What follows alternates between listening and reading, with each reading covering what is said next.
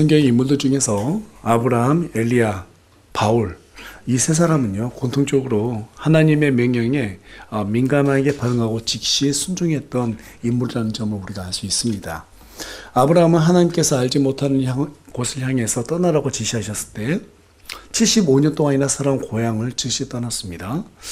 그가 믿음의 조상이 될 수 있었던 것은 하나님의 부르심 앞에 머뭇거리지 않고 즉시 떠나는 그러한 믿음을 가졌기 때문이라고 할 수 있겠습니다.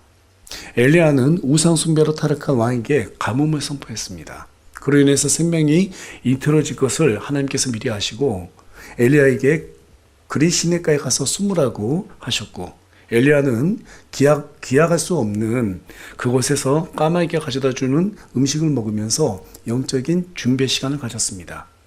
엘리야가 갈멜산에서 바알에 대한 자 850명과 맞서서 승리할 수 있었던 비결은 하나님의 말씀을 따라서 멈춰야 할 때 멈추고 숨겨진 자리에서도 믿음을 잊지 않았기 때문이라고 이것을 우리가 알 수 있게 됩니다.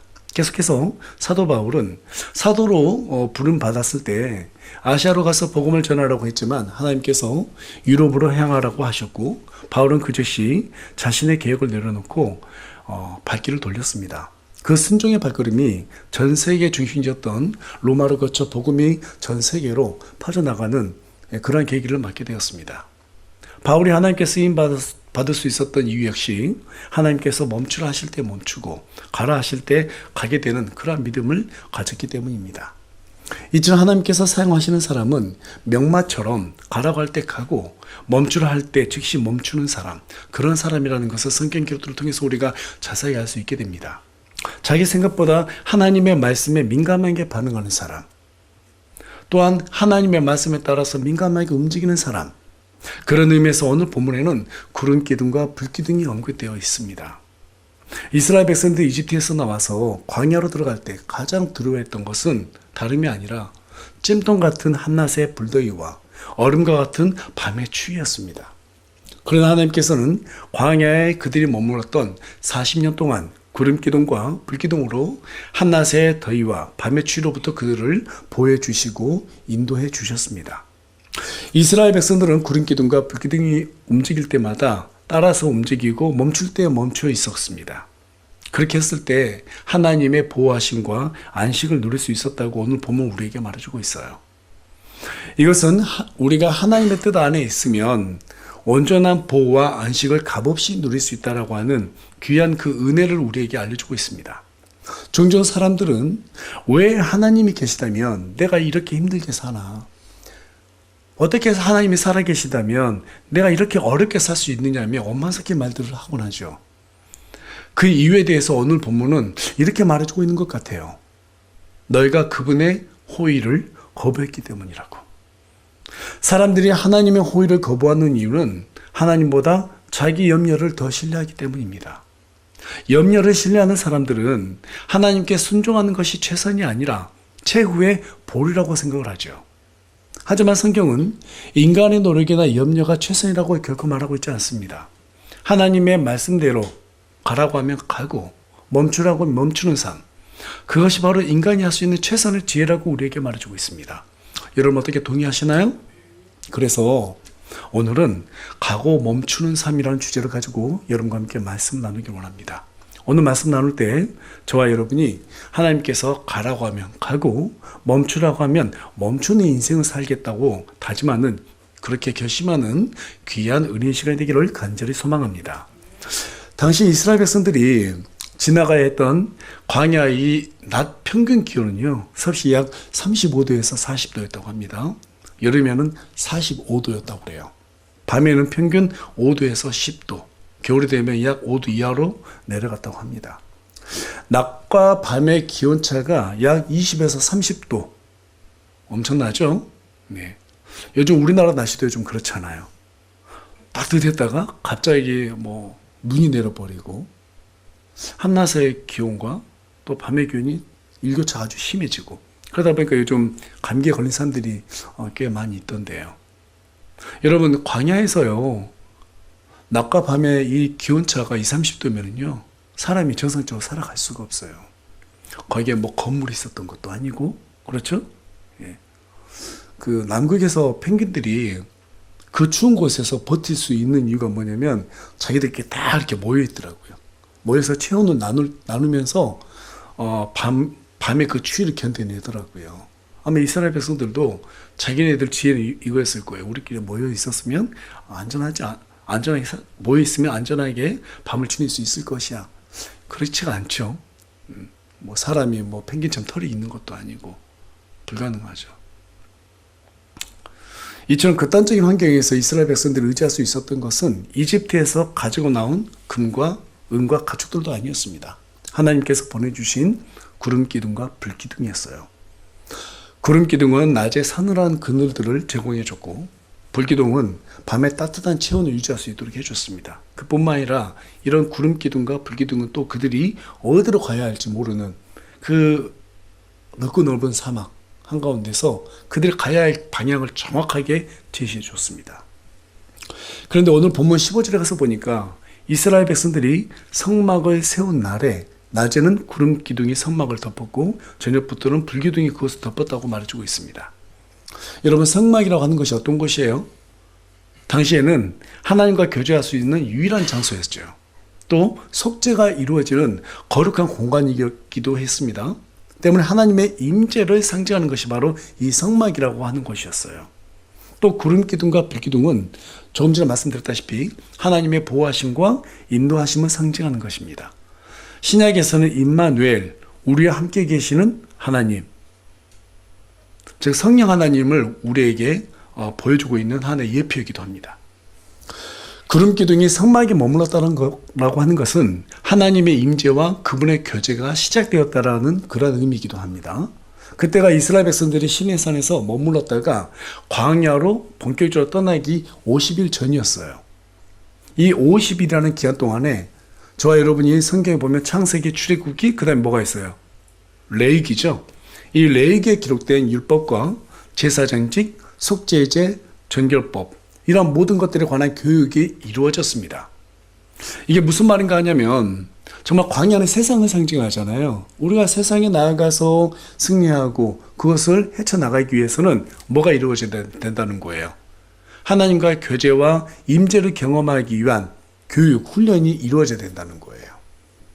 다시 말해서 구원을 받았다고 해서 곧바로 하나님을 섬길 수 있는 것이 아니라 그분의 뜻이 무엇인지를 분명하게 알고 그분과의 교제를 통해서 정확하게 하나님이 나에게 원하는 것이 무엇인지, 내가 어떻게 그분을 섬겨야 될 것인지 바로 알고 배워야 한다는 것입니다.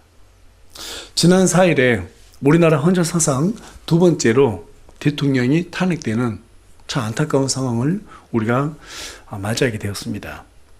대통령이 파면된 이유는 법이 정하고 있는 직무로부터 벗어난 일을 했기 때문입니다.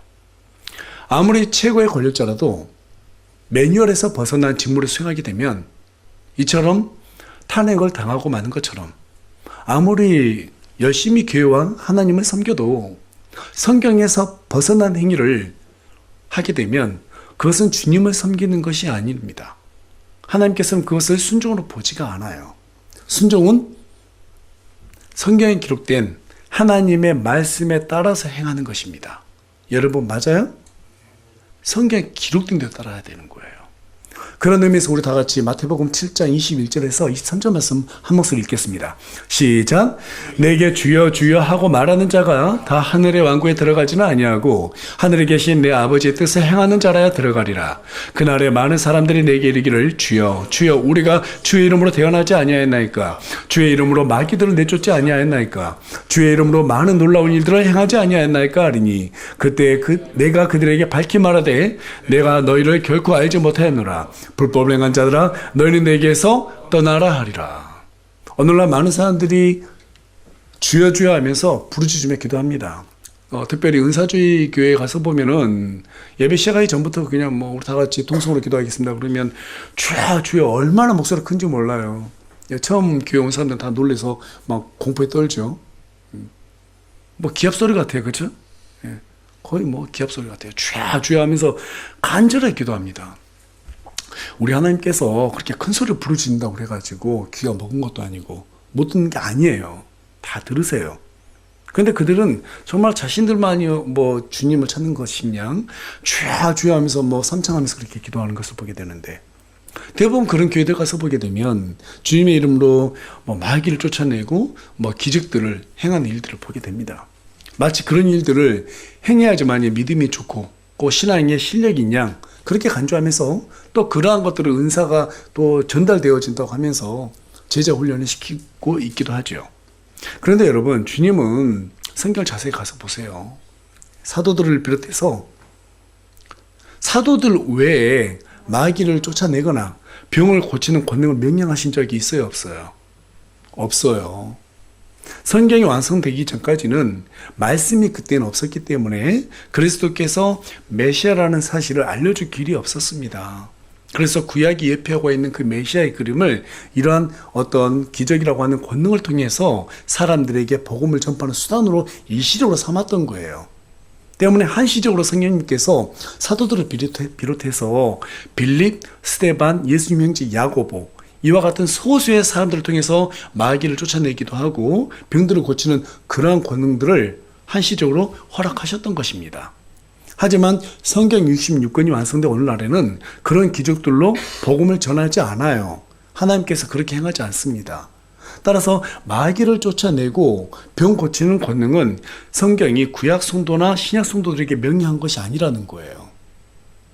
주님이 우리에게 주신 명령이 무엇인가 하면 사도행전 1장 8절에 기록된 바와 같이 성령님의 권능으로 예루살렘과 온 유대와 사마리아와 땅의 맨 끝 지역까지 우리가 직접적으로 달려가서 주님의 증인이 되라고 하는 이 명령입니다. 여러분 맞습니까? 예, 이 명령을 우리에게 주셨어요. 야, 너희들 어디 가서 전부 다 뭐 귀신 쫓아내라, 뭐 병 고쳐라 이런 명령을 주신 적이 없단 말이에요. 우리가 이처럼 하나님의 복음의 증인이 되었을 때 우리 하나님께서 이스라엘 백성들을 구름 기둥과 불 기둥으로 보여주시고 인도해 주셨던 것처럼 우리와 함께 해 주신다고 오늘 본문을 통해서 우리에게 지금 간접적으로 말씀해 주시고 있는 것입니다. 그렇다면 이 시대 가운데 저와 여러분은 어떠한 훈련을 받아야 되는가? 하나님의 증인이 되기 위해서 어떤 훈련을 받아야 되는 것인가?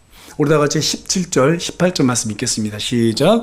구름이 성막에서 떠오르면 그 뒤에 이스라엘 자손이 이동하였고 구름이 머무는 곳 거기에 이스라엘 자손이 자기들의 장막을 쳤으니 이스라엘 자손이 주의 명령에 따라 이동하고 주의 명령에 따라 장막을 쳤으며 구름이 성막 위에 머무는 동안에는 그들이 자기들의 장막 안에서 안식하였고 지금 이 시간 저와 여러분에게 필요한 훈련은 조금 전에 언급드렸던 뭐 마귀 쫓아내고 병 고치는 거 그러한 권능 행하는 것이 아니라 성령님의 인도하심에 따라서 말씀이 가라고 하면 가고 머무라면 머물고 멈추라면 멈추는 그러한 훈련을 받아야 되는 거예요. 예. 제가 대학 다닐 때 승마를 배웠거든요. 학교에서 이제 과목이 있어 배우러 갔어요.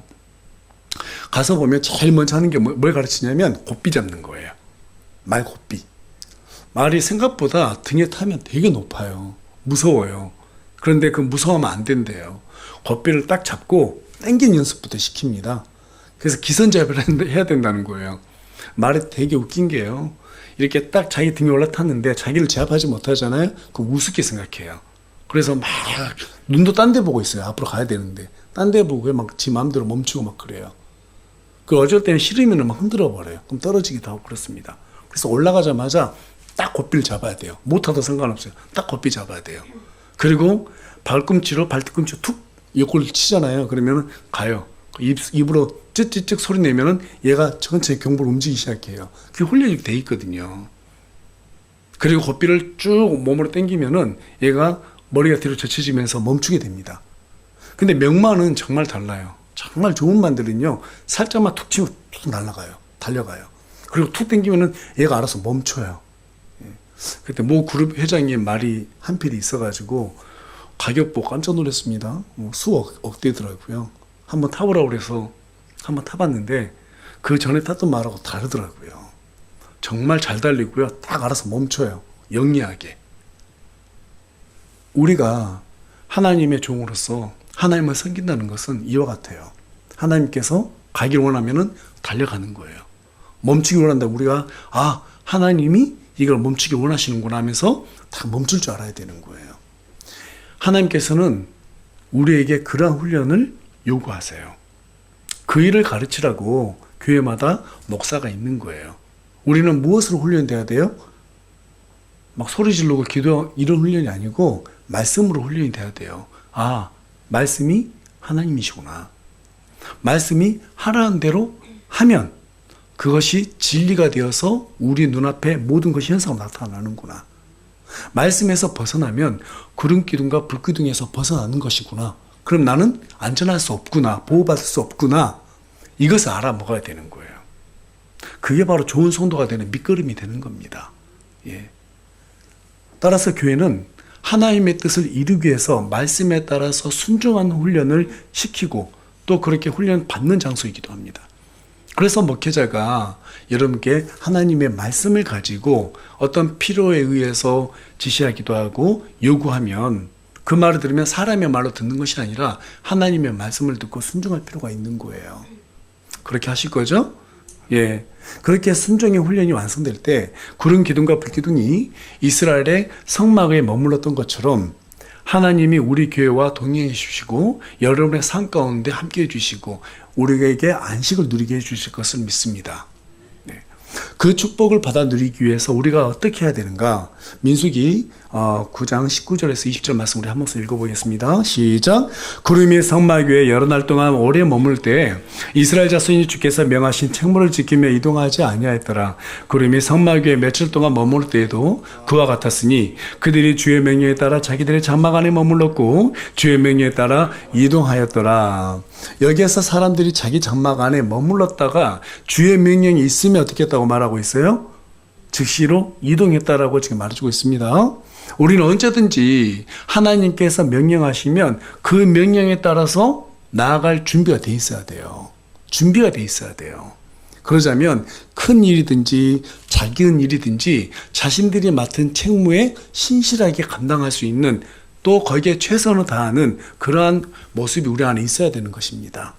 신실하게 자신의 책무에 책임을 다하고 최선을 다하는 사람들의 공통점이 뭐가 있는가 하면 절대로 계산하거나 따지지 않는다는 거예요.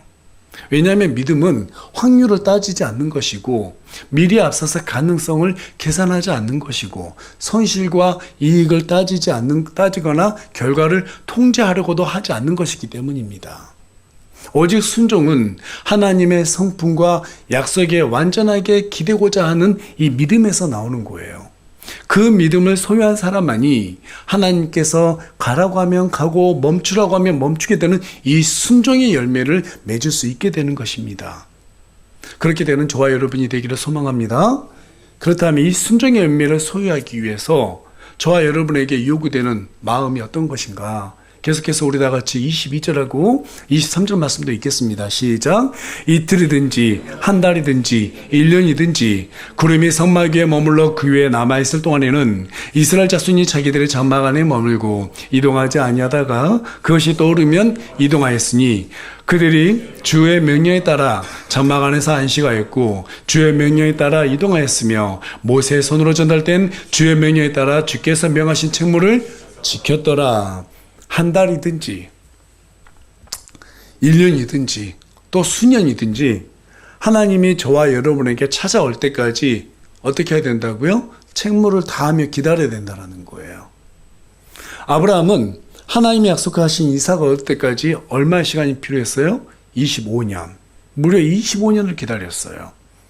요셉은 자신이 꾸었던 그 꿈이 성취되기 될 때까지 무려 13년 동안 종살이를 했고 감옥 생활을 견뎌내야 했었습니다. 모세는 하나님께 쓰임 받기까지 광야에서 40년 동안 연단을 받는 그러한 시간을 보냈어야 했었습니다. 다윗은 왕이 될 것이라고 하는 기름 부음을 받았음에도 불구하고 15년 동안 사울에게 쫓기는 그러한 일을 당했어야 했었습니다. 예수님께서도요, 공생애를 시작하는 데까지 30년을 기다리셔야 했었습니다. 하나님께서 저와 여러분 또 우리 교회를 어떻게 사용하실지는 아무도 모릅니다. 또 언제 정말 하나님께서 필요에 따라서 사용하실지 몰라요. 우리는 그건 계산하는 사람이 아니에요. 다만 하나님께서 일할 때까지 어떻게 해야 되는 거예요? 우리의 책무를 다하면서 기다려야 하는 거예요. 기다려야 하는 거예요. 우리가 급하다 해서 하나님께 우리의 뜻에 맞춰서 재촉할 수가 없어요. 모든 것은 하나님의 뜻대로 이루어지고 하나님의 시기에 이루어지는 것입니다. 맞습니까? 예. 그래서 우리는 그때만 기다리는 거예요. 신실하게 하나님을 기다리는 거예요. 우리의 채무를 다하면서 기다리는 거예요. 대부분의 믿음의 사람들이 어디에서 실패하냐면요, 일하는 데서 실패하지 않습니다. 일을 할 때는 실패 안 해요. 기다리면서 실패합니다. 사람에게 제일 힘든 게 기다리는 거거든요. 인내하는 거거든요.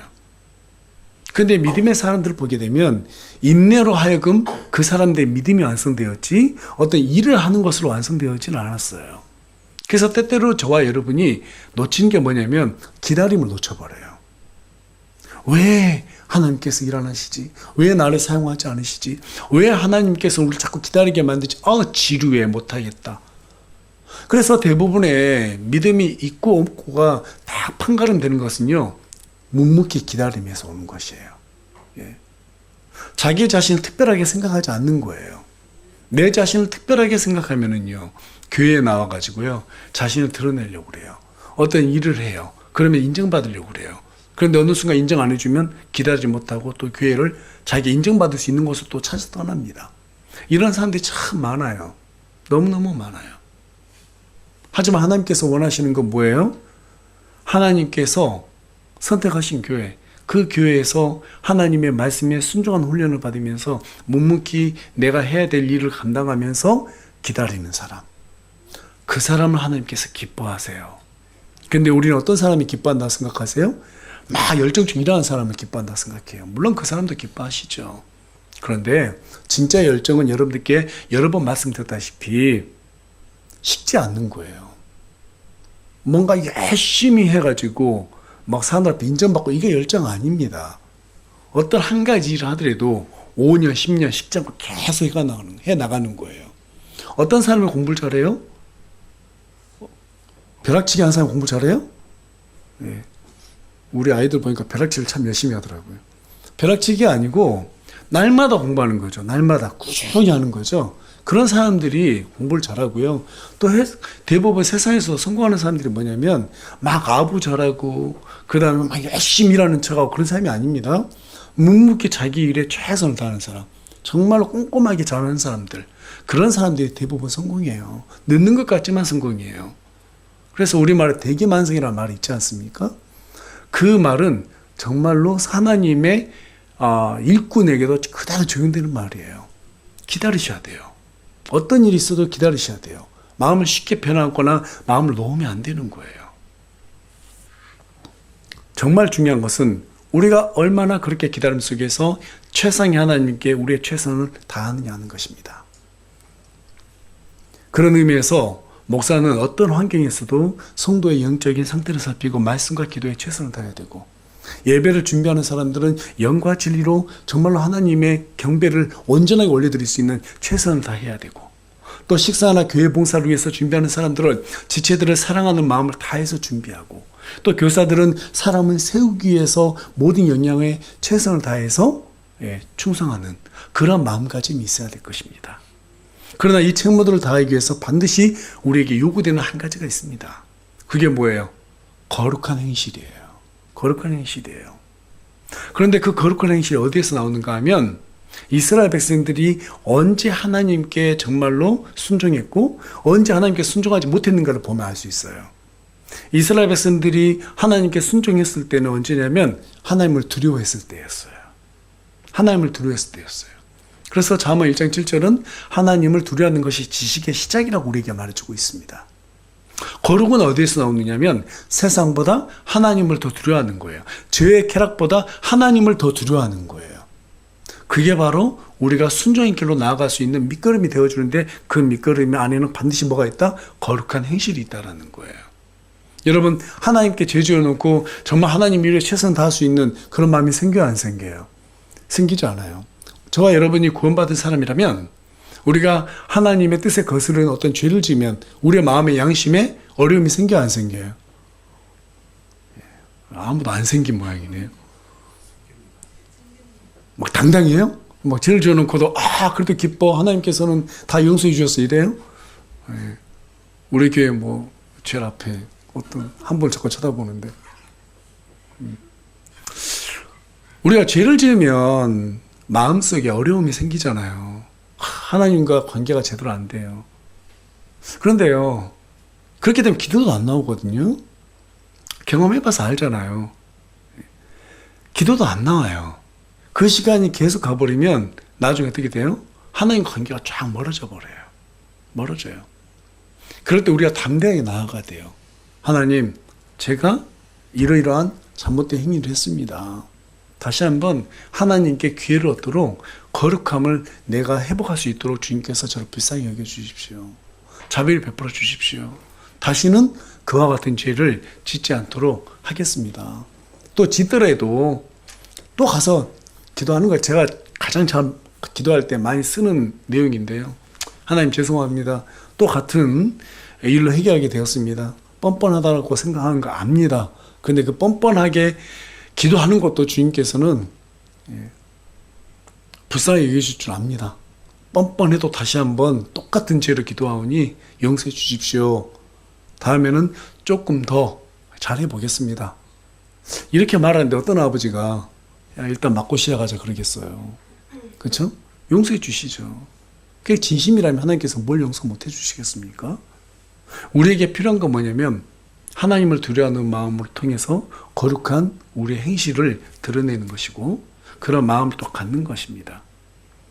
하나님을 의심여기고 불순종했을 때 이스라엘 백성들은 하나님부터 떠나고 징계를 받았습니다. 여러분, 사람이 거룩하게 살아갈 때 영적으로 최고의 컨디션을 유지할 수가 있습니다. 맞습니까? 그래서 거룩한 사람만이 하나님께 순종할 수 있게 되는 거예요. 죄 없는 사람이 순종할 수 있다, 이 말이 아닙니다. 우리는 얼마든지 죄를 지을 수 있어요. 하지만 그것을 하나님 앞에 회개하면 다 사라지잖아요. 그렇죠? 그러면 또 하나님 앞에 거룩함으로 주님을 섬길 수 있는 은혜가 우리한테 주어진다라는 거예요. 이것이 바로 어때요? 하나님께서 우리에게 원하시는 자세예요. 그래서 베드로전서 1장 14절은 우리에게 무슨 말을 하고 있냐면 너희는 순종하는 자녀로서 무지하던 때 이전에 정욕들에 너희 자신을 맞추지 말고 오히려 너희를 부르신 분께서 거룩하신 것 같이 너희도 온갖 종류의 행실에 거룩할지니라. 이스라엘 백성들은 하나님께서 보내주신 이 구름기둥과 불기둥에 따라서 이동을 했습니다. 그 안에 거할 때 안식을 누리고 보호를 받을 수 있었는데 정말 이것은 언제 하나님 앞에 순종했을 때 그 안에서 안식을 또 누릴 수 있었단 말이에요. 그 안에 있다고 그래가지고 다 안식을 누렸던 게 아닙니다. 참 그래도 감사한 게 뭐냐면요. 이스라엘 백성들이 광야에서 40년 동안 살아가잖아요. 많은 죄를 지었죠. 예, 많은 죄를 지었어요. 얼마나 많은 죄를 지었어요. 모세를 돌로 치려고 하는가 하면, 예, 여호수아 갈멜도 막, 갈렙도 막 돌로 치려고 그러고, 물이 없다고 그러면은 모세 원망하고, 고기 먹고 싶다고 떼쓰고, 이건 무슨 어린 애도 아니고 말이에요. 많은 불순종의 죄를 줬어요. 우상도 숭배하고. 그런데 하나님께서 구름기둥과 불기둥을 치웠어요? 안 치우셨어요. 안 치우셨어요. 우리가 어떤 불순종을 해도요, 하나님의 은혜는 우리 위에 머물러 있다는 거예요. 그런데 중요한 것은요, 이 은혜에는요, 책임이 따른다는 거예요. 우리가 은혜를 너무 값없이 생각하는 경향들이 있어요, 오늘날. 하나님은 사랑의 하나님이다, 자비 하나님입니다, 긍휼 하나님이다 그러니까 너무 뻔뻔하게 은혜를 갖다가 하나의 내가 죄를 지어도 된다라고 하는 여지의 어떤 구실로 삼는 경우가 참 많습니다. 하지만 여러분, 은혜는 책임이 따르는 거예요. 하나님 은혜가 있다고 해가지고 그 안에서 함부로 살아갈 수는 없는 거예요. 그 구름기둥과 불기둥으로 하나님께서 보여주시고 인도해 주셨지만 그때 당시에 이 이스라엘 백성들 가운데서도 죄를 지으면 어떻게 됐어요? 죽임당한 사람들이 생겼어요. 전염병으로 죽기도 했고요. 땅이 입을 열어가지고 삼키는 일도 있었고요. 무서운 징계도 있었단 말이에요. 하나님의 은혜가 있다면 그 반대로 뭐가 있다? 하나님의 심판도 있다라는 것을 우리가 늘 마음속에 염두에 둬야 되는 거예요. 아, 구름기도 있구나, 불기도 있구나. 그러니까 이 은혜만 누려야지 이게 아니고, 그 은혜도 있지만 반대로 하나님께서 이 은혜를 주신 만큼 우리도 책임을 다해서 우리의 책무를 최선을 다해서 섬겨야 되겠구나. 그런 마음이 있어야 된다는 사실이죠. 이 시대 가운데 구름기둥과 불기둥은 없습니다. 하지만 그 대신 우리에게 누구를 보내주셨어요? 성령 하나님 우리에게 보내주셨어요. 저와 여러분 안에 성령 하나님께서 내주어 계신가요? 내주어 계세요? 예. 그거 어떻게 알아요? 어떻게 알아요? 우리가 하나님의 뜻 가운데 머물 때 세상에서 우리가 경험해 보지 못한 자유와 평강이 우리 안에 느껴지잖아요. 그걸 누가 주세요? 성령 하나님께서 주시는 거예요. 그걸 경험해 본 사람들은요, 하나님 믿는 재미를 알아요. 믿는 재미를 알아요. 정말 큰일이 생겼는데 별로 걱정이 안 돼요. 어떨 때는 의심이 들어요. 내가 왜 걱정이 안 되지? 간이 부었나? 막 이런 생각도 들기도 하는데 아니에요. 하나님께서 함께 해주시는구나. 그걸 느껴본 사람만 느껴요. 그리고 기도해요. 그러면 그 평안을 주세요. 그러면 저는 감사합니다고 자리에서 일어나요. 아, 해결해 주시겠다는 거구나. 주시겠다는구나. 우리 교회가 동탄에 있을 때 갑자기 상가에서 빼라고 하는데 그 주에 빼야 돼요. 이거 어떻게 하지? 막 부동산 다녔어요. 좀 마음에 들면 교회는 안 준다고 그러고, 좀 마음에 들면 월세가 또 너무 비싸고, 이거 우리 감당할 수 없고. 그래서 제가 하나님께 기도했어요. 하나님, 저 할 만큼 했습니다. 하나님이 교회 주인이라면서요. 그럼 하나님이 하셔야죠. 괜히 제가 주인 될 뻔했어요. 딱 10초 그렇게 기도하고 나왔어요. 근데 그날 편안하게 잠이 오더라고요. 잤어요. 예. 제 아내만 두렵고 떨리는 마음으로 인터넷에 뒤지고 있더라고요. 다음날 같이 한 군데만 더 가보자. 안 간다고. 접어야지 뭐 어떻게 하냐. 그런데 이 장소를 또 주셨어요. 그런 것들을 보면서 뭐 숟가락 하나까지 다 있잖아요. 전부 다 준비되어 있는 걸 주면서 하나님께서 마음의 평안을 주셨던 이유가 여기였구나. 그때 참 용기가 생기더라고요. 하나님께서는 우리에게 어떤 식으로 응답을 주시냐면 평안으로 주세요. 우리 마음에 평안으로 주세요. 우리가 어떤 걸 놓고 기도했을 때 그 평안함으로 응답을 해주세요. 그게 바로 구름기둥이 우리에게 임재하는 거예요. 요한복음 16장 13절에 따르면 성령께서는 우리 안에 내주하시고 우리를 모든 진리 가운데로 인도하시기 위해서 말씀을 통해 우리를 인도해 준다고 분명하게 기록하고 있습니다. 그분의 인도하심을 받으려면 기도로 우리의 영을 거룩하게 무장하고 하나님의 뜻에 따라서 즉시 순종하는 훈련이 이루어져야 합니다. 그렇게 이루어졌을 때 하나님께서 저와 여러분을 사용하시고 또 우리 교회를 사용하시고 하나님의 뜻을 이루게 될 줄로 믿습니다. 그렇게 됐을 때 저와 여러분이 나중에 하늘에 올라가서 그리스도 심판석 앞에서 정말 서로 얼굴 보면서 얼마나 기뻐하겠어요. 그때 우리가 참 힘들었는데 그래도 잘 견뎠어. 응? 자칫하면은 넘어질 수 있었는데 서로 잘 잡아줬어. 그때 어떤 형제 날 도와줘서 내가 어려움에서 벗어났어. 이런 얘기를 나누면서 그 영원한 시간 속에서 뭐 하겠어요. 그런 얘기 나누면 얼마나 좋겠어요. 그때 만나기도 쉽지 않을 거예요. 너무 많아가지고. 종종 가다가 우리 김각점이 만나면 하이파이브 하고, 그죠? 이거 얼마나 기쁘겠어요. 가끔 저는 이렇게 말도 안 되는 상상을 좀 합니다. 가는데 옷을 많이 봤는데 지민이네 하면서 이렇게 서로 보는 거죠. 어렸을 때 봤는데 정말 하나님 안에서 아름답구나 막 이렇게 서로 얘기하면서 얼마나 힘이 되겠어요. 그렇죠? 저는 이 추억이 또 다른 하나의 신앙의 가장 큰 버팀목이 되어준다고 생각해요. 살아있을 때도 우리가 그런 추억을 소유하고 정말 하나님 안에서 우리가 평강 가운데서 정말 하나님 잘생겼어. 나중에 시간이 지나간 뒤에 우리가 젊은 시절에 그렇게 보내봤는데 참 그렇게 하길 잘했어. 그때가 정말 좋았어. 앞으로 20, 30년만 지나면요 그런 얘기 할 때가 온다니까요. 금방 나이 먹어버리니까. 뭐 지금 앞에 앉아있는 우리 찬이 형제 이제 35인데 앞으로 20, 30년 지나고 가요. 65세 막 이런단 말이에요. 시간은 금방 지나가요.